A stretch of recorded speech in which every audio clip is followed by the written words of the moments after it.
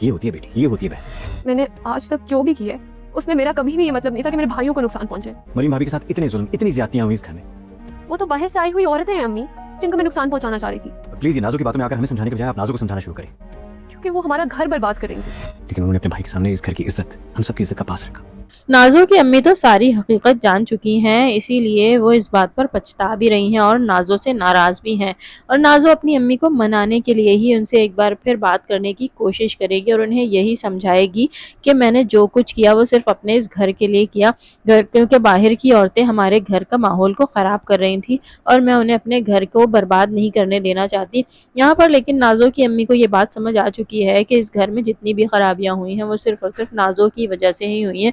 यहाँ तक कि इसहाक साहब की मौत की जिम्मेदार भी कोई और नहीं बल्कि नाज़ो ही है और ये बात उनसे बिल्कुल भी बर्दाश्त नहीं हो रही और अब वो इसी वजह से नाज़ो से नाराज़ है और इन दोनों के दरमियान होने वाली ये सारी बातें अब ब्रिज दरवाजे के बाहर खड़ी सुन लेगी और शायद वो राहिम को भी ये सब कुछ बता दे। दूसरी ही जानिब हम देखेंगे कि नाज़ो अरसल का दिल ख़राब करने की कोशिश करेगी सुंदस की तरफ से, लेकिन अरसल क्योंकि सुंदस को बहुत अच्छी तरह से जानता है और सुंदस भी अरसल के सामने सारी सच्चाई रख देगी और उसे बता देगी कि वो मरियम भाभी के भाई से क्या बात कर रही थी।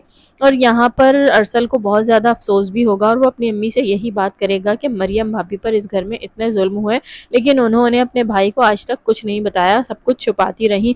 तो बेटी की तरबियत क्या होती है आप उनसे सीखें और ये बात आप नाज़ो को भी समझाएं हम लोगों को बताने के